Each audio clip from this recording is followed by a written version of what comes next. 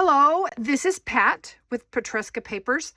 I am here to do a little bit of showing my new digital kit, Home Sweet Homes Bluebird Bungalow, and to talk about another way that I'm looking at making the spine, the binding on this little junk journal booklet. So, first of all, here's the kit, or some of the kit. There are so many options, just like with the Christmas and the fall Halloween. You get multiple roofs, multiple bases, multiple folder papers that you print as many times as you want. I mean, it's just awesome. But I wanted to show you, and here is, we've got muslin on there. Okay. I want to show you this binding. All right. It's a 1/4 inch. And really, this works for any of the other kits also. And if you're just making a sweet little gift for someone that you want to have a bit of a binding so it doesn't get too bulky, this will be handy for you. All right, so off we go. So I have prepped a little bit. I've chosen my roof and my base, and I've done some distressing, and I'm using, let's change this around so we can see it, faded jeans. It just goes really well with this blue paper. This blue paper is from Delightful Downloads. This myriad of all these beautiful blues. I got it on Etsy, and the only requisite to use them in my kit was to give them credit. So thank you for making this beautiful blue paper. The pinks are things that I worked on myself. So anyway, we've got this. This is what we're going to use for our folder part or booklet part. I will show you how I make my Home Sweet Home binding template. I've got my roof. I have a 5-inch by about 2-inch piece of muslin. I believe that I coffee stained this one day after I was done doing some paper. I just stuck in a big piece of muslin and then let it dry outside. And I've got my glue stick. It works the best for this, I think. At least that's what I'm finding. Now, we're going to take care of this first. We need something to either score or fold. I prefer scoring. It's, especially for this, it's much more accurate. So, I did not trim. Oh, my goodness. Trim off your white edges, and you never know where those white edges are going to be with the way it's created or the way that your printer prints. All right, so now, sorry about that. Okay, now, the first method I talked about was just a single score down the middle, and then you fold it. We are still going to do some scoring, but here's the 6-inch, which is, I've got mine marked. I'm going to place my center of my paper, and I just want you to know, in this kit, I'm giving you a couple of options. I'm running some that are lengthwise, and then like this one, widthwise. Same thing happens, okay? There's enough on either one to do this certain spine. Okay, I'm going to go 1 tick, which I believe is 1/8, past that center, and I'm going to score. I'm going to do it twice if I can see it. And then I'm going to come 1 tick on the other side of the 6 and score. And that gives me 1/4 inch. Let me show you. Let me get that out of the way. You can sometimes see better on the white side, sort of. But we are going to fold, and then we're going to fold the other score. This one can get a little tricky. All right. And I find that if I do some distressing now, it's going to help me see where my fold is. So I'm just going to do some on here. We're going to do this anyway. So I'm going to just open this up and do the same on the inside, because the inside, this is outside that we're going to cover. This is the inside decorative paper. And this is what we want to make sure we're not going over the fold. So it's really good to have this distressed. Then you see it and you know where it is. Okay. All right. Now, next, we're going to take our muslin. No, this is not the side we're working on. We're working on this side because we're going to put down our muslin, and then we will cover it up with the front, base, and roof. And then we will also be covering up the back with this. Okay, let's do it. Yes, I want that smaller print. All right, here we go. So the reason this is 5 inches, this is, well, did I do 5 inches? I'm a little more than 5 inches, but that's okay because it's going to get trimmed off. So we're going to put glue stick on here to stick this muslin down. I think you could use Fabri-Tac, but it's so moist, and it seems like glue stick's going to give you a quicker bonding. All right, and I kind of like seeing the little raggedy edge on the bottom. If you don't, make a nice straight cut and then burnish this down. And muslin is so, well, it's not that sheer, but it's sheer enough that you can see in there where you're going to want to put your base. So here's the base I'm going to use. Okay. Now I want to make sure, do not, and I say this again, do not go over that fold. You will be a very unhappy girl or guy because it will be a messy edge. All right. That's why this is important to see that. All right. So here, let's go ahead and get our front on.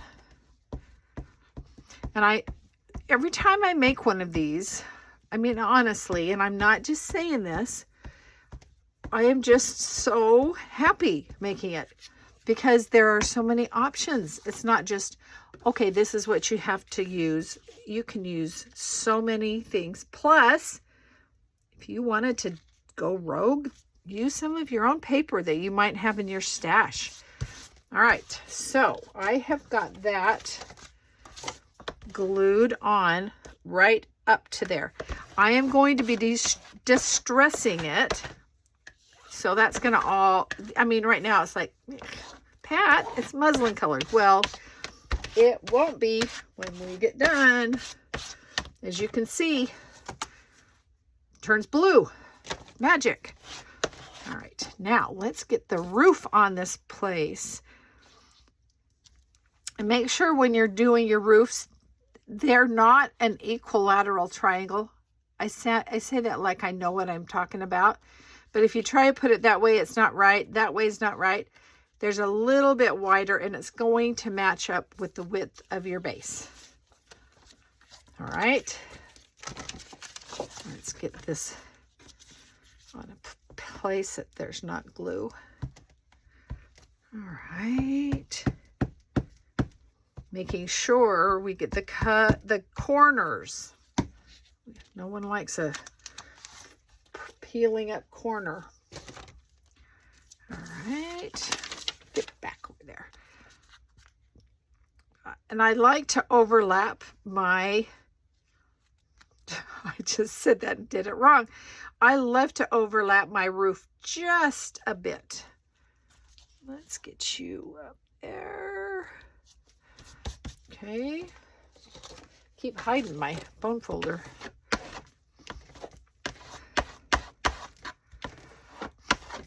Now, if you were to use one of these longer ones like this, you see you've still got a good amount of space over here, but you'll end up with a little bit extra up here. With doing this, you come up with like strips here. Those come in handy to put in inside pockets right there.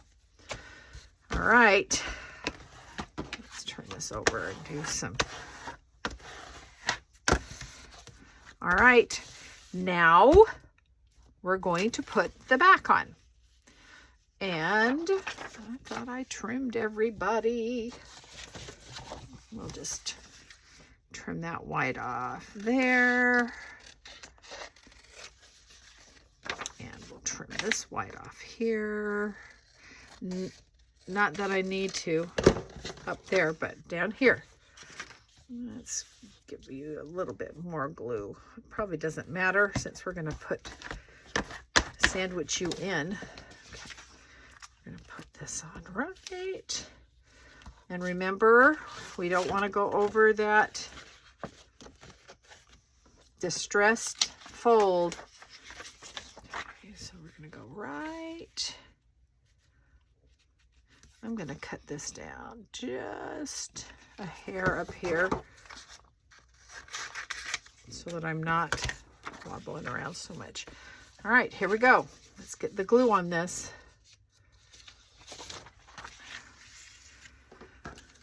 And you know,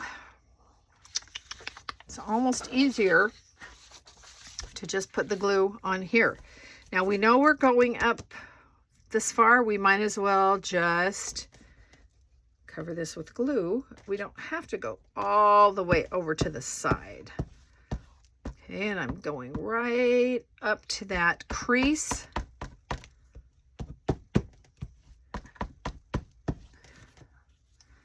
All right, let's get this stuck on right here.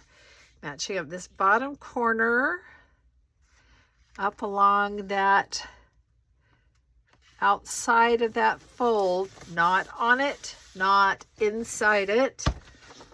And let's burnish that down.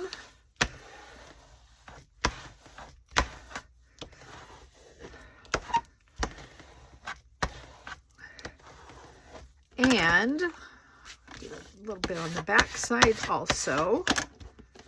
All right. Now let's, oh boy, my cutting was so good. Let's trim that, make it even-ish. Okay, so let's fold and fold. Okay, so there's our spine. But now we've got to cut out the house. And we need, since we don't have just a straight fold, we need to make sure that as we're cutting, we're giving that, the binding down in there straight. Don't want to do it like that or like that. We want it up and down. And then glue on my fingers. Hold right there. And now we're going to use the base and the roof to cut out the front and the back. You want a good pair of scissors for this. No wimpy little fussy cutting scissors or you'll be killing your hands. Okay, and there's that extra. And keeping your hand there. This one, we're going to come down. And you know, this one, I have a little V there, and I'm not loving that. Can you see that little V? I'm thinking, I don't know. How can I do that? If I go all the way down to there, to the roof, can I open this up? Cut across. Let's try. Go to the roof edge. I need to go a little bit further on this side. Okay, right to there, and then cut across. What did I say about good sharp scissors? All right, I'm going to open you up. There we go. I like that better. I like that better. This kind of bugged me where it was a V. All right. Ha ha ha. All right. Work with it. Kind of work out those, the way that that glue stick wants to make it roll. I have been using my laminator and sandwiching this in with, there's another piece. Sandwiching this in like this and running it, oh, I have another piece that's on. Running it through my laminator just kind of spreads out that adhesive better. But we're not going to do that now. I can do that some other time. But now, I can distress all that later, but I do want to distress this now before I proceed on. See how nicely that colors that? Isn't that pretty? You can get right up on there and there. Okay. I am not going to put in a signature today. That's something you can find tons of videos on. But I want to show you how to do this binding. All right. I have a piece of paper ready to fold. So I have one that I've created for me right here with the holes ready to be put into the binding. It needs to be the same as the length of your spine. So mine is 5 because this is 5. If you don't believe me, when I'm starting like, is it really 5? It is 5. So this is a 5-inch piece of paper. 4 inches. I'm going to fold it in half. Let me get in the frame. Fold it in half. And then fold in half here. And then I'm going to fold down just, gosh, what is that? 1/2 inch. And it's just easier if you fold that way. You could measure it with a ruler, but why? When you can just do this. My husband needed the center of a drawer he was putting a knob on. And he's measuring, and I'm like, just trace out the drawer, fold it in half, fold it in half. There's your center. And he's like, that's not accurate. I'm like, well, I've seen enough knobs in the middle of things that aren't in the middle. Okay, now what I'm going to do is, and you know what, I like distressing this because then I know without any doubt where these holes all should go. And then you keep this. You keep this to do all of your signature binding. Okay, now this is where you have to show some restraint. And if you do have a little punch, you could do a punch. but I'm going to just try to not stab myself. I'm going to make the hole rather large because I'm going to put this on top of my spine and mark my spine. Okay. You should see my face. It's like, don't jab yourself with your awl. You could use your needle, whatever. All right, so now I've got my 3 holes. I am going to, which way did I do it before?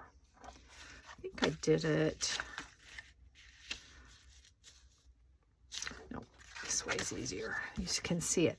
So as you are lining this up, you need to look at this line right here. And boy, I didn't get my distressing all the way down there. And that's one of the things that it's helpful with, is I want to line that up in the middle of that spine and then slide it down carefully, and then making sure this side up here is in the middle. And we're going to just check one more time that I didn't roll around or go a different direction.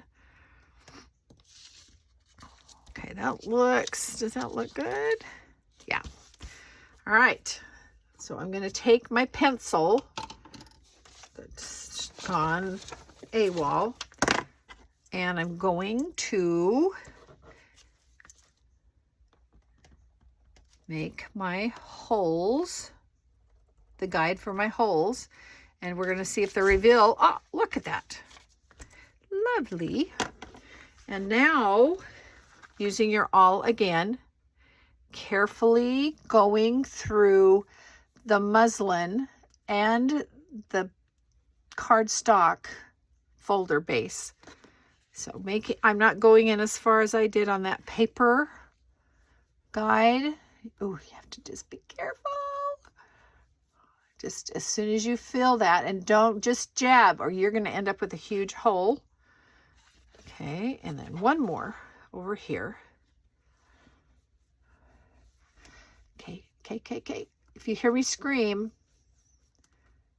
I'll be running for a Band-Aid. Okay, there we go. So we are ready. We are ready to sew in our signature, which I don't have one, but we'll just pretend this is. In fact, I was looking at this as possible inserts in here. Look, would that not be cute? And use that and sew it in. Okay, that was something I was going to do for something else, but see, and we still get that, the little look up here of the dormer windows. This is just Dollar Tree envelopes. There's a tip that I wasn't even planning to give you. But anyway, I digress a lot. You would put your guide into the center of your signature. And if you don't know, signatures are groups of papers that are folded in half that you sew into a book. This one, yeah, I think we'd be hard pressed to do 2 signatures, but I think it can be quite a hefty signature now that we've got this binding. But you would make your holes there as you're all in here, and make sure that as you sew, you're going into all the holes. All right, and use something thin, a twine. I was so excited when I found this blue twine that I'd had for years, but look, I don't have much. This was American Crafts. I don't think they still make this. I'm going to have to go look, but that color was perfect.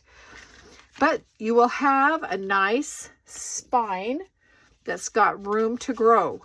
And then you decorate the front with all the options I've given you. Look at that. So much fun. Oh, I love this blue door. I think that blue door is going on this. Anyway, thank you for watching. If you have purchased my kit, thank you. If you haven't, it's available on my Etsy store, patriskapapers.etsy.com. I have a Christmas, shabby chic, and traditional, Halloween and fall, and this bluebird. I call it bluebird in the rose garden because I've got some roses. But please enjoy. Please subscribe.